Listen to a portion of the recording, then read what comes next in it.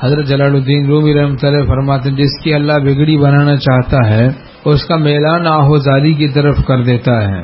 حق تعالیٰ اس کا میلان آہوزاری کی طرف کر دیتے ہیں کہ اللہ کو یاد کر کے روتا گاتا ہے اپنے ملنے کا پتہ کوئی نشان تو بتا دے مجھ کو اے رب جہاں.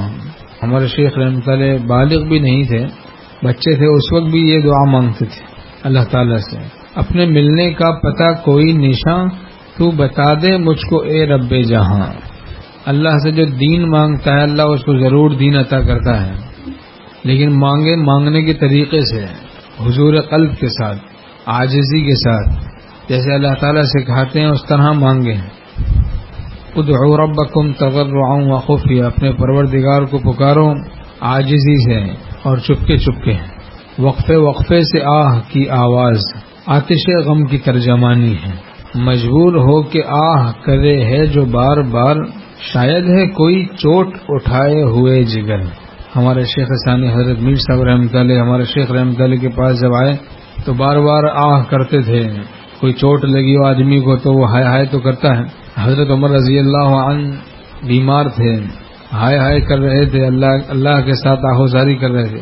کسی نے کہا حضرت آپ اتنے قوی القلب ہیں، آپ بھی آہوزاری میں مبتلا ہیں، ہائے ہائے کر رہے ہیں.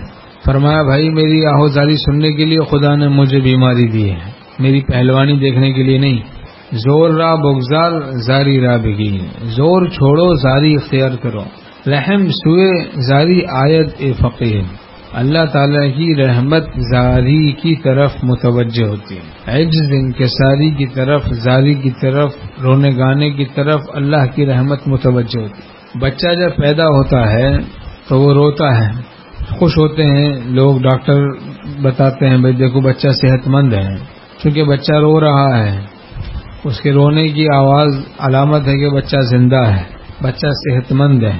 جب بھی وہ رو رہا ہے بالکل خاموش ہے تو اس پہ تشویش ہوتی ہے، معلوم نہیں کیا بات ہے بچے کے ساتھ پیش آ گئی، زندہ بھی ہے نہیں یا پھر صحت مند ہے نہیں. تو ہمارے شیخ رحمۃ اللہ علیہ فرماتے تھے ایسے ہی بندے کا رونا اللہ کے ساتھ رونا، مخلوق کے ساتھ نہیں، اللہ کے ساتھ.